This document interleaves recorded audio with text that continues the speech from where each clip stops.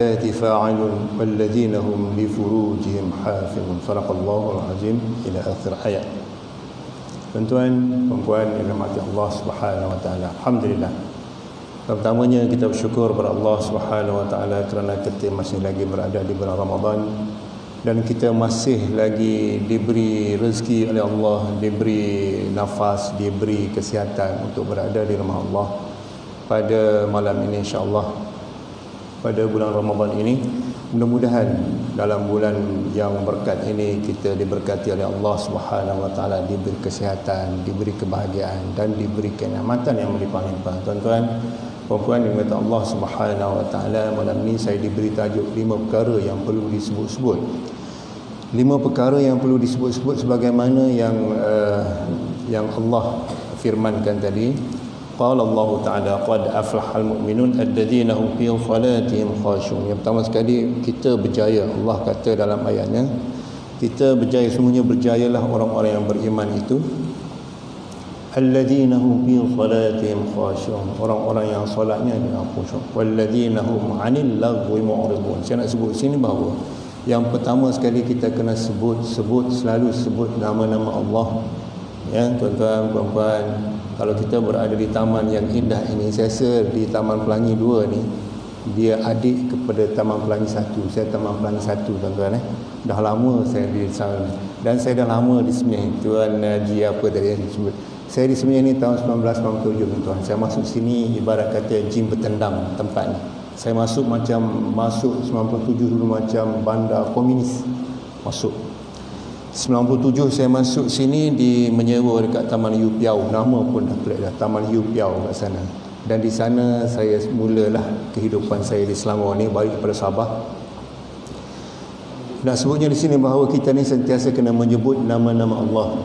Orang yang membantu kita tu boleh kita sebut, tapi berpada-pada. Orang yang membantu, orang yang hebat, yang terutama yang ada ke depan ni, tak payah sebut-sebut pun tak apa sebenarnya. Yang perlu kita sebut ialah nama-nama Allah, selalu kita sebut. Kita tahu orang itu banyak menyumbang kepada kita, banyak menyumbang kepada surau khususnya yang ni. Dan ada yang bagi 1 juta, ada 1 juta. Mungkin ada kot tuan Imam 1 juta ada, tapi di Masjid Bandar Tasik Kusuma insya-Allah akan bakal nanti. 1 juta, 2 juta sebut boleh untuk pengajaran, tapi yang utamanya kita sebut ialah sebut nama Allah dengan mengucap. Kita kadang-kadang kita makan je kita sebut alhamdulillah, kita tak sebut pun nikmat-nikmat yang Allah yang telah berikan kepada kita. Allah berikan kepada kita ni nikmat banyak. Allah berikan kesihatan. Kita ni kalau kita hidup ni, kalau kita dah pegang benda tu ataupun kita masih ada lagi, kita tidak menghargai. Kita ada ayah, kita ada ibu, dan kita masih sihat. Dan apabila kita sakit, apabila mak ayah kita dah tiada, barulah kita rasa benda tu sangat berharga bagi kita. Dan itulah juga kita perlu sebut alhamdulillah, mengucapkan alhamdulillah, syukur pada Allah. La in syakartum la azidannakum wa la in kafartum inna adabi lasyadid. Syukur, kerana kalau kita bersyukur itu Allah akan tambahkan nikmat kepada kita. Dan kita kufur itu, ingatlah bahawa azab Allah itu maha pedih, amat pedih sekali. Tuan-tuan, puan-puan yang minta Allah Subhanahu wa taala, itulah kaitan antara kejayaan kita, sebutan kita, ucapan kita, dan perkataan-perkataan kita yang kita nak sebut, kita nak ucapkan, dan kita nak type di dalam WhatsApp, dalam grup Telegram, apa-apalah, IG ke semua tu, kita kena fikir apa kesannya dan apa baiknya dan apa buruknya. Jadi tuan-tuan, sekarang ni banyak bergaduh, banyak bergaduh di WhatsApp, banyak bergaduh di Telegram. Di surau sendiri sekalipun, ahli AJK, ahli jemaah pun ada yang bergaduh, tuan-tuan. Saya dapat satu berita, satu cerita, zaman lama dah cerita ni. Terhantarlah satu video lucah ke dalam grup surau. Na'udzubillah min zalik. Terhantar. Memang terhantar. Apabila terhantar, memang adalah dalam telefon dia ataupun dalam handphone dia tu adalah video tersebut. Jadi tuan-tuan, puan-puan, berhati-hatilah kita semasa berkomunikasi ataupun semasa kita berhubung dalam WhatsApp ataupun dalam Telegram, tuan-tuan. Yang keduanya, perkara yang perlu kita sebut-sebut ialah perkara akhirat. Tuan-tuan, puan-puan yang dirahmati Allah Subhanahu wa taala, dalam satu hadis Rasulullah menyebut, qala Rasulullah SAW an Abdullah bin Umar radhiyallahu an, qala Rasulullah SAW akhadha Rasulullah bimankibi, Rasulullah pegang bahu sahabat Rasulullah dengan menyebut, dengan bersabda, kun fid dunya ka'annaka gharibun, jadilah kamu di atas muka bumi ini ka'annaka gharibun aw 'abiru sabil, ataupun pengembara. Kita ni tuan-tuan, kita ni sebagai pengembara, seorang perantau. Kalau kita nak pergi ke Johor, kita nak pergi Sungai Petani, kita nak pergi Alostar, kita tu perantau, kita berhenti di RNR, di situ kita ambil bekalan, berhenti bekalan, rehat. Dan kita di atas muka bumi ini pula kita nak sambut, kita nak buat, kita nak himpun banyak-banyak bekalan untuk dibawa ke akhirat. Selama mana saat kita berada di atas muka bumi ini. Saya tengok tuan-tuan semua di depan saya ni semua muda-muda lagi.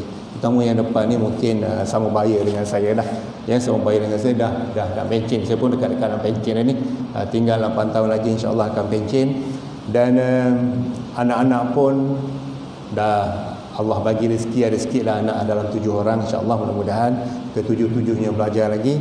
Dan itulah rezeki yang Allah bagi kepada kita, dan jagalah dan kita berilah ilmu yang secukupnya kepada anak-anaknya sebagai bekalan kita di akhirat. Sebab kita tinggalkan anak-anak yang soleh, yang mendoakan kita nanti. Tuan-tuan, suatu masa kita berada di katil, kita tak boleh bergerak tuan-tuan. Dan itulah bekalan kita, itulah harapan kita untuk jaga kita. Ya, yang berada di surau ini, percayalah, ingat balik kata-kata saya ni, suatu masa kita akan berada di katil dalam keadaan kita tak boleh bergerak, ataupun dalam keadaan kita yang tak boleh nak buat apa-apa. Pada masa itu kita perlukan sangat-sangat yang dikatakan bekalan untuk kita bawa ke akhirat nanti. Kita selalu menyebut akhirat. Jangan kita mengutamakan dunia. Betul, dunia ni sebagai jambatan, dan di dunia ni kita nak cari bekalan sebagaimana hadis yang saya sebutkan tadi. Kun fid dunya, jadilah kamu di atas muka bumi ini ka'annaka gharibun, sebagai seorang perantau ataupun sebagai seorang pengembara tuan-tuan, dan carilah sebanyak-banyaknya, dan penuhilah dengan amalan-amalan zikir, penuhilah amalan-amalan yang baik pada bulan Ramadan ini ya tuan-tuan, puan-puan Allah Subhanahu wa taala. Dan disebut juga dalam ayat walladzina hum fi salatihim khashyun, jadikan orang berjaya tu nak bawa ke akhirat nanti. Walladzina hum 'anil lagwi mu'ridun, ya, semasa kita berkomunikasi, semasa kita bergaul dengan sahabat-sahabat kita, dengan kawan-kawan kita, dengan jiran-jiran kita, walladzina hum 'anil lagwi mu'ridun, kita tinggalkanlah perkara yang lawa, yang sia-sia itu. Apa perkara yang sia-sia? Duduk lepak-lepak, ya, buat sambil-sambil tengok WhatsApp tu, tengok benda-benda yang tak elok. Ya tuan-tuan, umur kita macam ni pun mungkin ada benda-benda macam tu akan terlintas di handphone kita, dan akan melintas benda-benda yang tak elok di depan kita. Kalau kita layan, maknanya kita telah kita telah mengabaikan ayat yang sebagaimana disuruhkan tadi, alladzina hum 'anil lagwi mu'ridun walladzina hum lizakati fa'ilun. Allah sebut juga kita dah dekat-dekat nak raya ni, jaga walladzina hum lizakati fa'ilun. Kita keluarkan zakat itu sebagai penamat untuk kita berpuasa, sebagai kalau kita lumba lari, kita lari ini, dia sebagai tali ribbon untuk kita sampai ke penamatnya. Jadi setiap kita ingatlah bahawa zakat fitrah itu kena bayar tuan-tuan, ya, bayar zakat fitrah. Ingatan untuk diri saya juga, saya pun belum bayar lagi ni, ingatan untuk diri saya terutamanya, bayar zakat. Walladzina hum lizakati fa'ilun. Tuan-tuan, di bulan puasa, bulan Ramadan yang al-mubarak ini juga Allah pesan kepada kita, walladzina hum li furujihim hafizun, jaga maruah kita, ya, jaga maruah, jaga kedudukan kita sebagai ahli surau ni kena jaga tuan-tuan, puan-puan, ya. Kita sebagai AJK, kita sebagai pengurusi, saya nak lupa nak raikan pengurusi kita tuan Ustaz Fauzi, sahabat saya Tuan Fauzi, dan juga AJK semua. Tuan-tuan, jaga maruah kita sebagai orang Islam. Ya, kita kadang-kadang anak-anak kita, jiran-jiran kita ataupun anak-anak muda kita tengok dia berbuka puasa menyegerakan berbuka puasa. Memang sunat, tapi kalau dah azan asar berbuka itu bukan menyegerakan tu. Ya, azan zuhur dah berbuka puasa. Disebut lagi sekarang masuklah waktu berbuka puasa bagi orang-orang yang tak puasa. Sebut lagi tak puasa. Yang tu tuan-tuan, yang tu kita kena tegur, tanggungjawab kita.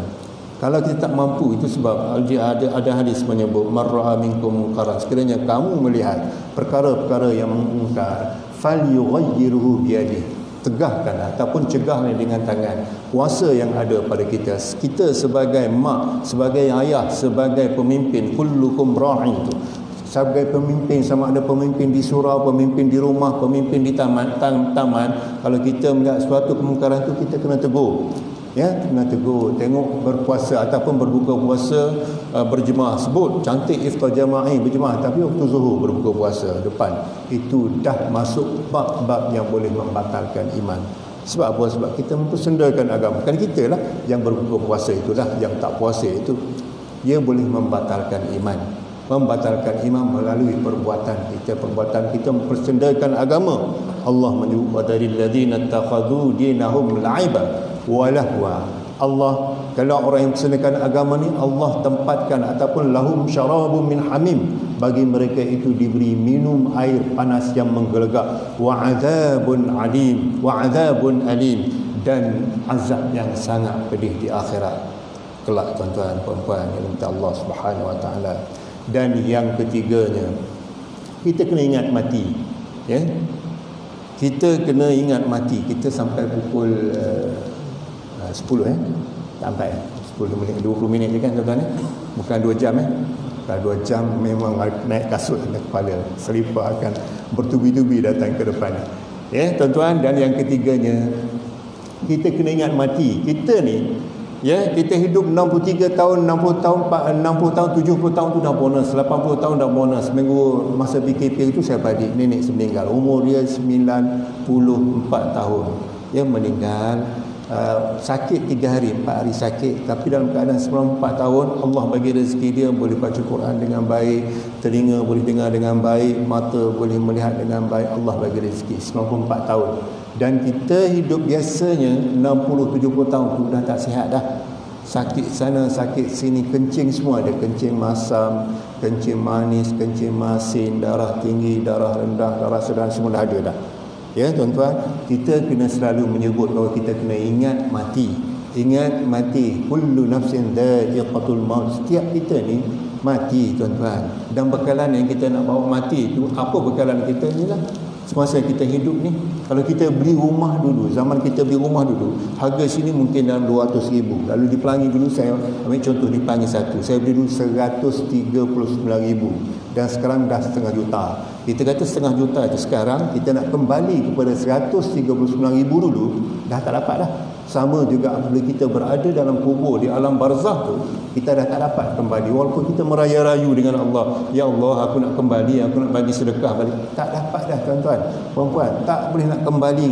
Jadi kita kena ingat mati. Bekalan kita nak bawa ni, kita kena bawa bekalan yang banyak-banyak ke akhirat. Kita kena bawa bekalan solat, bekalan sedekah, bekalan anak-anak yang soleh yang mendoakan kita. Itulah bekalan. Dan bekalan ilmu yang kita sampaikan ini ke tuan-tuan, kalau dah jadi ingatan tuan-tuan, dah jadi bahan untuk tuan-tuan sampaikan kepada yang lain, dia jadi MLM, dia akan jadi berantai-rantai pahala itu. Jangan buat dosa yang berantai-rantai, tapi kita nak pahala yang berantai-rantai. Ya Allah, insya-Allah, mudah-mudahan tuan-tuan.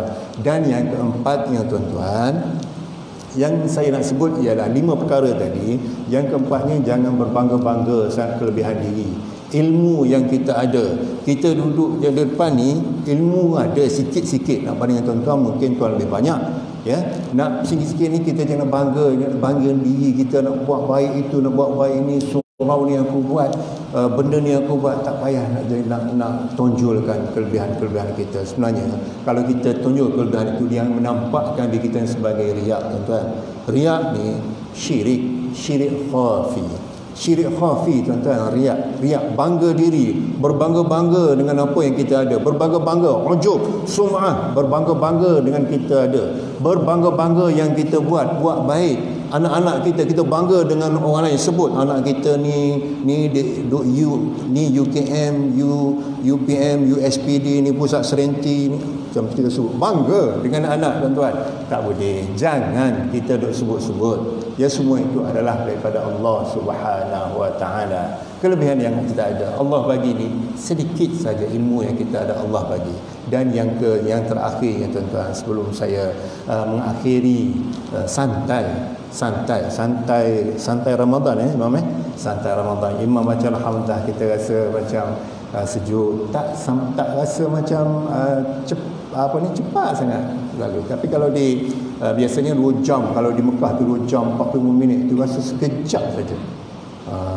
Solat tarawih, bacaan yang sangat baik, insya-Allah. Mudah-mudahan berkekalan kita di surau ini. Ya, nak buat 8 ke buat 20, di An-Nur di Pelangi Semia itu 20, tapi 8 semua hilang. 8 semua hilang. Jadi itu pulanglah masing-masing. Dia memang fitrah dia gitu. Dan dah jadi kebiasaan dah. Dia tak macam bola ni saat-saat akhir di final tu dia makin ramai. 2-30 ribu masuk stadium tu, makin ramai. Tapi kita ni di final ni makin sikit. Ya, di akhirnya tinggal imam dengan Bilal saja. Bila Allahu Akbar, Allahumma salli ala sayyidina Muhammad sallallahu, dia sendiri je. Ada satu surah lah mungkin kat sini, mungkin di Afrika ataupun Timor Leste, mana dah mungkin. Yang kat sini semua alhamdulillah baik-baik semua. Yang kelima, yang terakhir tuan-tuan, kita jangan nampak keaiban orang lain. Aib orang lain nampak, tunjuk itu, tunjuk ini. Imam ni baca pendek sangat, baca pendek pun tak boleh. Imam ni baca lambat sangat, lambat pun tak boleh. Panjang pun tak boleh. Imam baca tu qul huwallahu tu potong 4. Rakaat pertama qul huwallahu ahad, Allah yang Allahu samad, Allahu akbar. Nak pendeknya solat tarawih, nak ceritanya pun tak kena juga. Baca panjang Allah bersipin pun tak kena juga. Nampak sangat aib orang lain. Jiran kita pakai kereta besar, pakai tu pun tak kena. Beli perabot baru pun tak kena. Kita ni nampak aib orang lain, sedangkan aib sendiri kita tak nampak tuan-tuan. Jadi kelima perkara ni kita perlu sebut. 2 di ujungnya jangan duk sebut-sebut. Ya, kita anak ramai, anak hebat-hebat, anak kita ada kereta besar, ada rumah besar, hebat-hebat, jadi menteri itu, menteri ini, menteri kanan, menteri tandas, menteri macam-macam menteri ada. Kita jangan sebut-sebut. Itu semua adalah daripada Allah Subhanahu wa taala. Tuan-tuan, puan-puan, masa pun dah tak mengizinkan kita. Ya, tuan-tuan, mudah-mudahan kita doakan Allah memberkati kita semua dalam bulan Ramadan ini, dan Allah hidupkan kita ataupun panjangkan usia kita dalam taat, dalam sihat. Mudah-mudahan kita sampai ke Ramadan, menghabiskan Ramadan pada tahun ini dan sampai Ramadan seterusnya mudah-mudahan. Wabillahi taufiq wal hidayah. Wassalamualaikum warahmatullahi wabarakatuh.